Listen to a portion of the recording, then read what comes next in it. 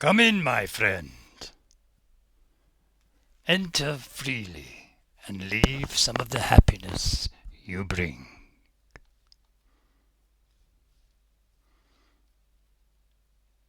Tonight, I have something fractured, something that reflects more than you expect, and far more than you want. This is the 1982 Hutchinson first edition, published in London. A sharp, unsettling collection from Harlan, a man who never wrote softly and never spared his readers. The title story, Saturday, first appeared in 1975, but this edition gathers it with others into a single elegant volume, a volume that feels heavier than its weight suggests. A man calls his own apartment and discovers that he's already answered. A delightful little nightmare about identity and the terror of being replaced by someone better.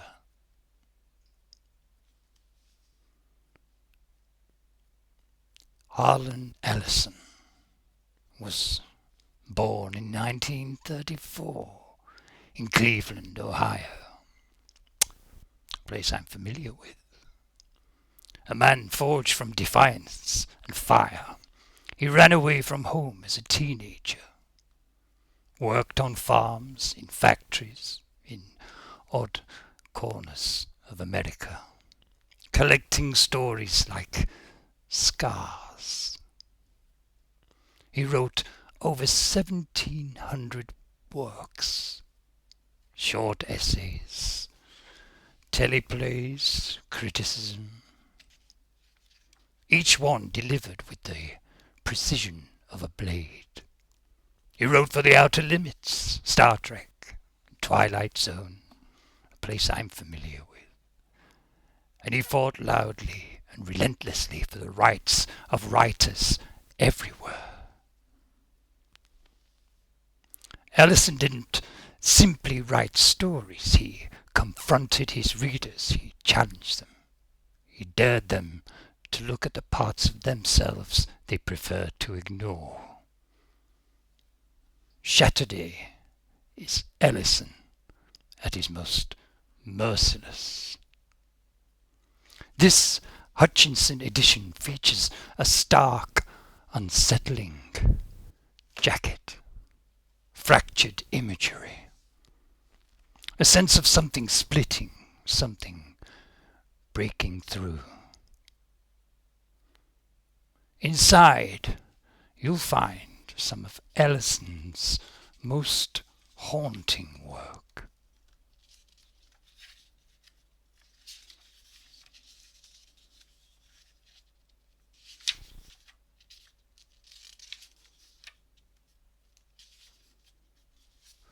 Jetty is 5.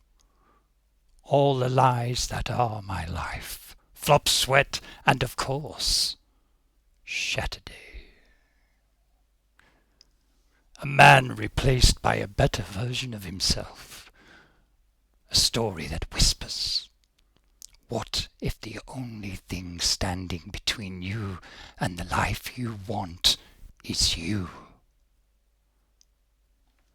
Ellison understood that the most terrifying monsters are the ones wearing our own faces. This particular copy has a history. It belonged to a collector who adored Ellison, a man who claimed that the story spoke to him. Not metaphorically, not poetically. He said they spoke.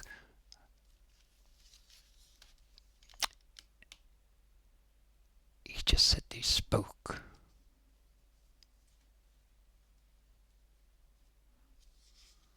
He told me he couldn't keep it in his bedroom, said he, dreams of doubles, of shadows, of someone else living his life more competently than he ever could.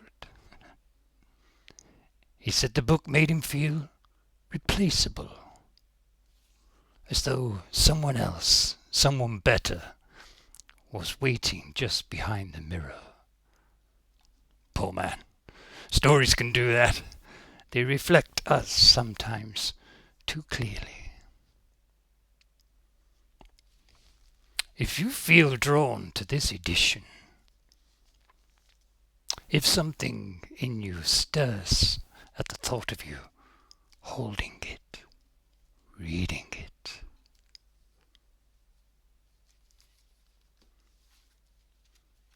that's perfectly natural.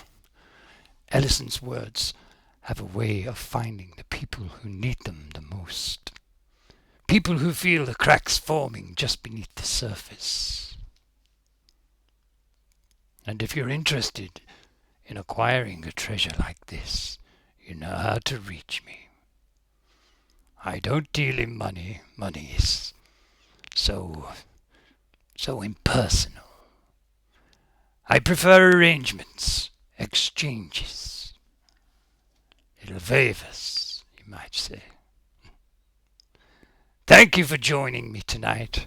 If you've enjoyed this glimpse into Ellison's fractured worlds, you know what to do. I have many more first editions waiting in the dark, each one eager for the right owner. Until next time, be careful of which version of yourself you bring to the page.